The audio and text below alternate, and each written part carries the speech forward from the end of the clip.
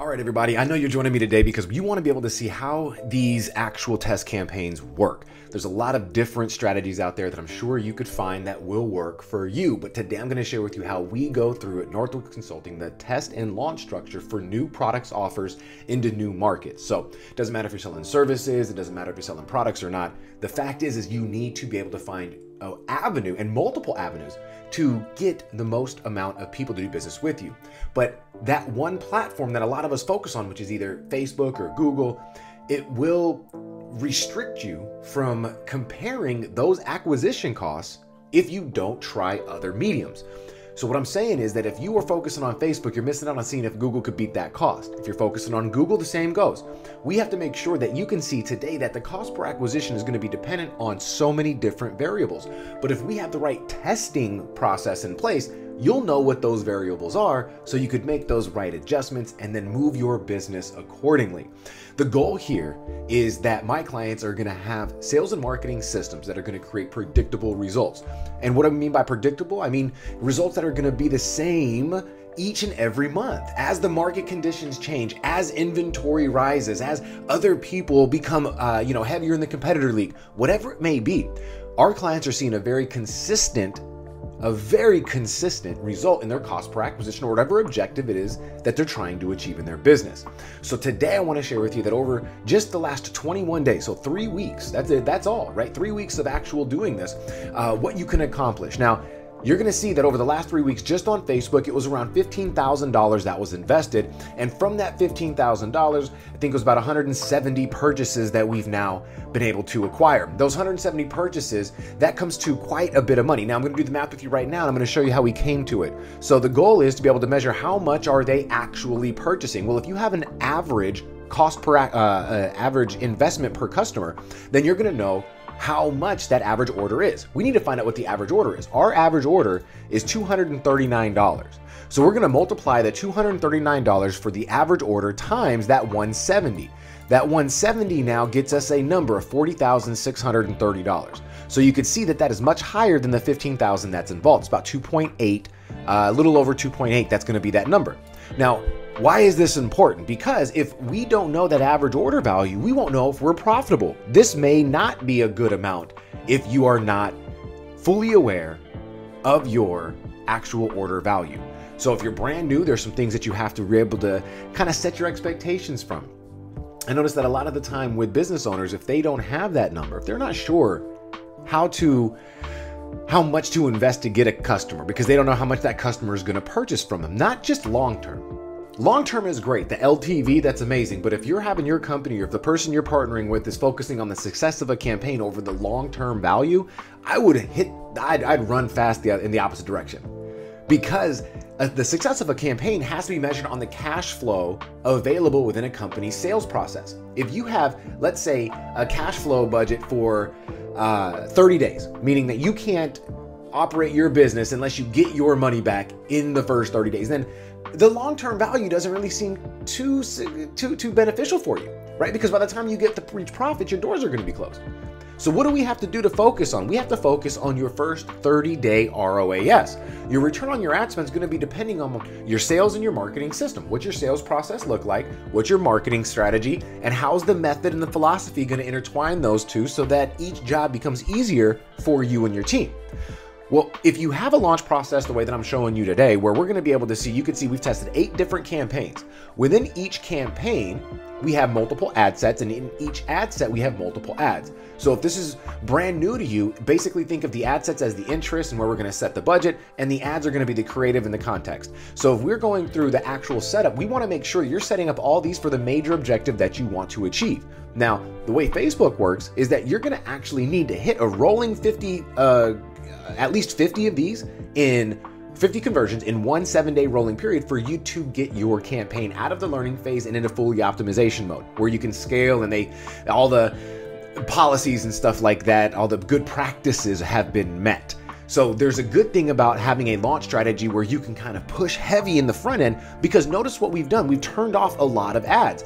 we've turned off a lot of them because they were not performing under our magic metric. We needed to get these per purchases at under $100 for us to stay profitable. You can see that we have some, if we look at it, all the way ranging from $427 all the way down to $34.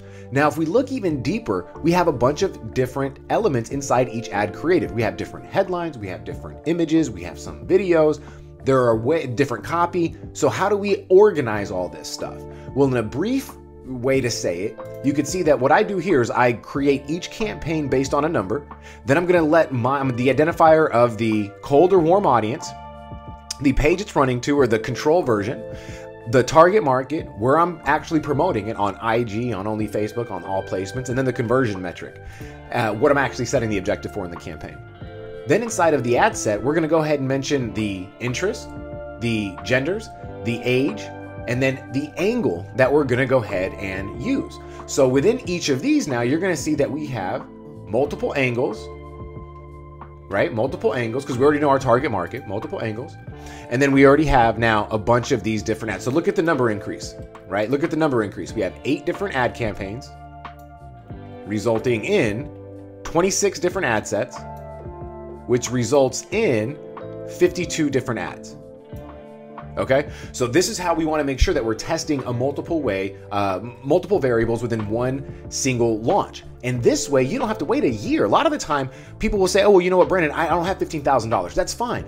The thing is, you either have time or you have money. So if you don't want to invest the $15,000, that's fine. We don't have to go so large with the amount of different offers that we created. What we did here to test was this company was running their major campaigns were strictly to their one page that was for a blanket of basically realtors, team leaders, listing coordinators, vacation rental owners, investors, things like that. So what happened is that when we got together, I said, oh, well, you know what? Let's actually scale this thing in a couple different ways. Let's figure out which vertical is going to give you the best cost per acquisition. Now look at this. It's very interesting because we have it broken down by campaign.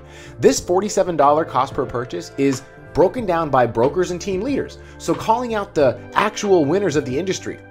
We're calling them out specifically and leading them to a specific offer for them. Look at the difference. Same exact audience for all of these campaigns. Same exact audience. The only difference is the angle that we're running, the page we're taking them to, and the creative that we're testing, along with the headlines within that creative. And so you can see that by testing these elements, we could be paying upwards of $300 per purchase if we didn't have these tests in place. If we just wanted to stay in line, we didn't want to listen to the data, we'd be paying $300. Well, we got that down to $47, and it's even better than that because when we look inside the ad set and we break it down by headline, right? Break down by headline, we're going to be looking at a much better, where did we go? Much better cost per result. Here we go. Okay, so now we're looking at $34 per purchase. $34.92 per purchase.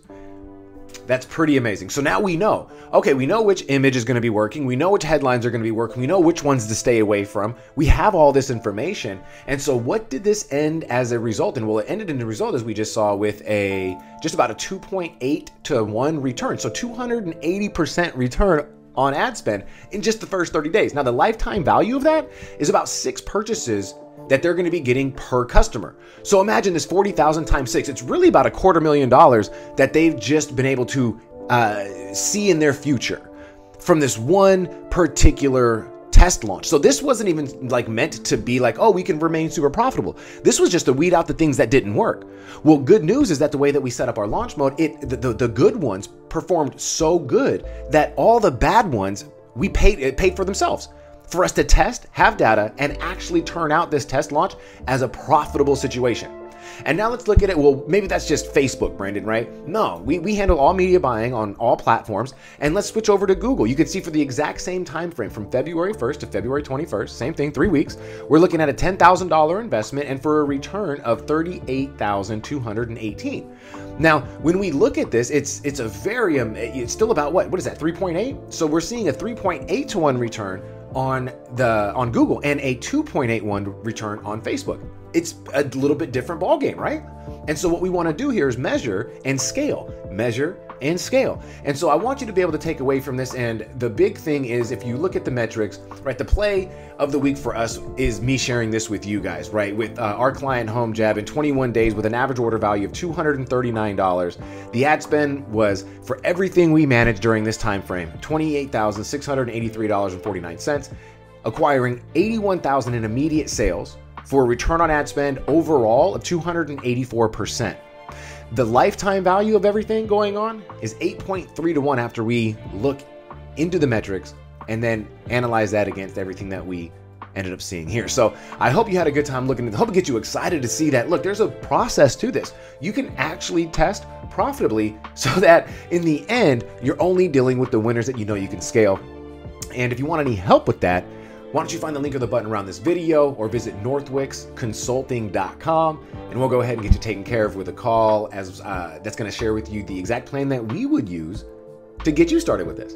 Set up the system, give you the ideas, and give you everything you need so that no matter what you decide after the call, you can either take and run with it on your own, or of course you can go ahead and ask for some help, which of course we'd love to do with you. So I look forward to seeing you on the call. Take care.